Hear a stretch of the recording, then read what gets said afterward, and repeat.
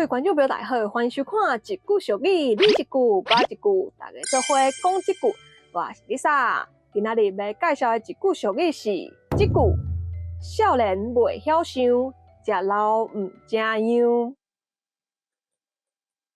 Lisa， 哈？你咧创啥？拍电动啊？吼，你搁咧拍这啊？顶回阁毋是叫你赶紧去找一个正经的头路？是啊，毋过我毋是嘛甲你讲360行，行行出状元，拍电动嘛是。你搁甲你使落哦。啊母，遐暴力毋好啦！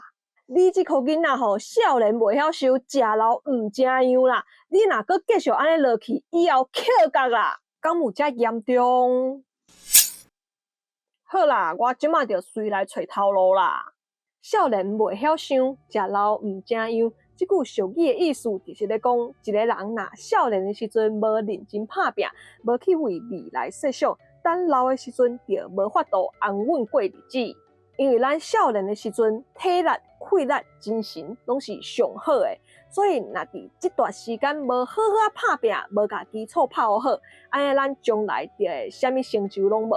咱少年的时阵，拢会想讲人生还阁有真长，啥物代志拢会当以后才搁讲。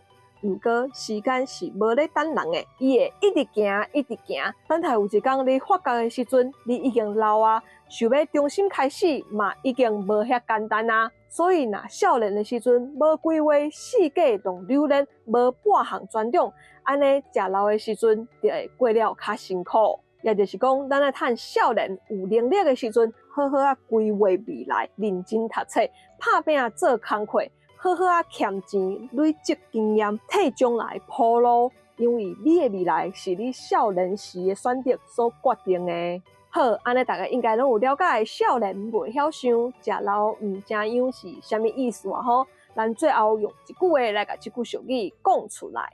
逐工放学了，你拢困伫房间耍手机啊，耍到半暝，无想要读册。俗语在讲少年未晓想。食老毋正样，千万毋通到老才定定怨叹囡仔时。今日即句少年未晓想，食老毋正样，介绍互大家知，希望大家拢会当趁即马也少年的时阵认真拍拼，食老才袂后悔哦。